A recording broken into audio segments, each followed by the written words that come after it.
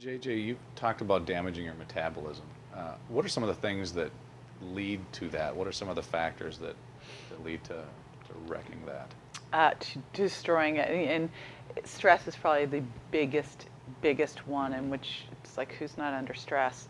And it came to me, 2 years ago, I was launching a new kind of area in business, and I got myself completely sideways. So stressed. And got leaky gut, small intestinal bacterial overgrowth. I mean, all the things that start to happen when you get very stressed, right? Stress can make you fat, old before your time, and lose your sex drive. It just goes and hits everything. It makes you start to have poor sleep, which then starts to make you hungrier and store more fat. It impacts your gut, both makes your gut wall more permeable, so you can get leaky gut, and you have food sensitivities. It's going to impact your microflora.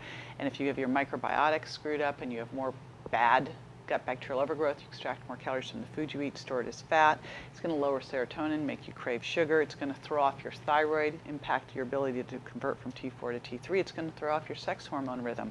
Men will have lower testosterone, women will have lower progesterone, so now you're going to throw off your cycles, could throw you into early andropause or menopause. It'll make you more insulin resistant because cortisol's higher, blood sugar's higher, and insulin's going to come up. It can make you more leptin resistance. I mean, so it just goes on and on and on. The only one that stress doesn't seem to really impact, although I think it's kind of an endotoxic response, is toxicity. But toxicity becomes a stressor to the body too.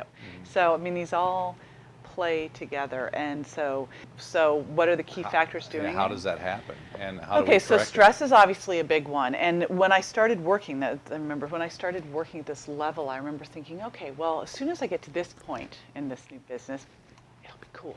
It'll be fine. Then I can. Well, the big fat lie in business is the bigger you get, the bigger the stressors are. And I realized 2 years ago that I hadn't even come to experience the kind of stress I was going to experience, right? So I realized that really to get big, because I work with a lot of high-level performers and CEOs, that really the deciding factor for a lot of people, if you're going to be able to go to that level, is how much stress you can really tolerate.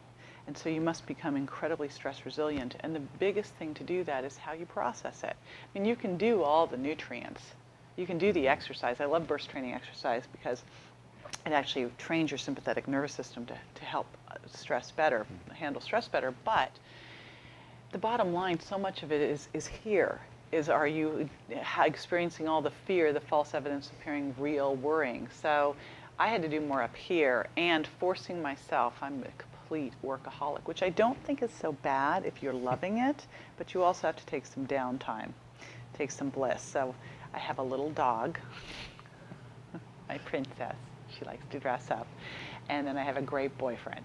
Those things, they really helped me. Because I have teen boys now, so they don't want to go off and do that. They're like, Mom, get out of my room, right?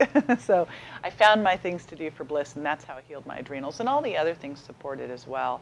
But you look at what could damage your metabolism. Well, poor diet obviously is a big one. Different types of medications, poor sleep, overworking, stress, toxicity. I mean, that's so major. Those are the keys. And then going into menopause, andropause, that'll do it. So, things that you really kind of go down the list with people, and who isn't experiencing one or more of those things.